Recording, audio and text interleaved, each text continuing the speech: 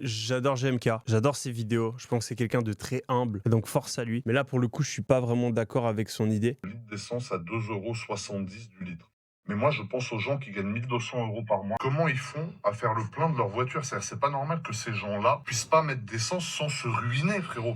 Faudrait que les gens qui ont les moyens payent plus cher et que les gens qui n'ont pas forcément les moyens payent moins cher que les autres. Parce que c'est pas normal, c'est un droit fondamental. Mais là, pour le coup, je suis pas vraiment d'accord avec son idée. C'est pas en rajoutant des taxes et en faisant payer les riches encore plus cher qu'on va régler le problème. Et je pense qu'il y a un exemple flagrant. C'est simplement de comparer les États-Unis et la France au cours des 30 dernières années. Il y a 30 ans, le PIB par habitant, donc l'argent que chaque personne génère en moyenne entre la France et les États-Unis, il était quasi le même. Aujourd'hui, les États-Unis, c'est quasi 2 fois plus élevé. Pourquoi est-ce que c'est le cas? Pas parce que les États-Unis, ils ont changé le prix de l'essence pour ceux qui gagnent le moins. Pas parce que les États-Unis ont mis plus de taxes sur les riches pour redistribuer. Pas parce que les États-Unis ont mis en place des programmes d'aide aux plus démunis. Non. Ce qui a permis aux États-Unis de développer beaucoup plus de richesses et ce qui permet aujourd'hui à la classe moyenne américaine d'en avoir rien à foutre que le litre il soit à 2 ou 3 dollars, alors qu'en France, c'est quasi une question de vie ou de mort pour une partie de la population, c'est tout simplement l'économie. L'économie, quand l'économie va bien, les riches gagnent plus d'argent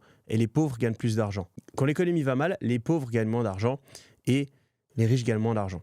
Donc au lieu de se concentrer sur l'écart entre les riches et les pauvres, ce qu'on fait tout le temps en France, il faut se concentrer sur ce que tout le monde gagne en moyenne. Et donc si vous avez le choix entre avoir les riches et les pauvres qui gagnent quasi la même chose, mais tout le monde qui est pauvre, ou avoir un gros écart entre les riches et les pauvres, mais que les pauvres gagnent quand même beaucoup et les riches gagnent encore plus, eh bien la deuxième situation, elle est bien mieux. Et en fait, comment est-ce qu'on arrive à cette deuxième situation? Eh bien en diminuant les taxes, en diminuant l'administratif, en réduisant le rôle de l'État dans l'économie. Et ça, c'est pas moi qui l'invente, on le voit avec les États-Unis.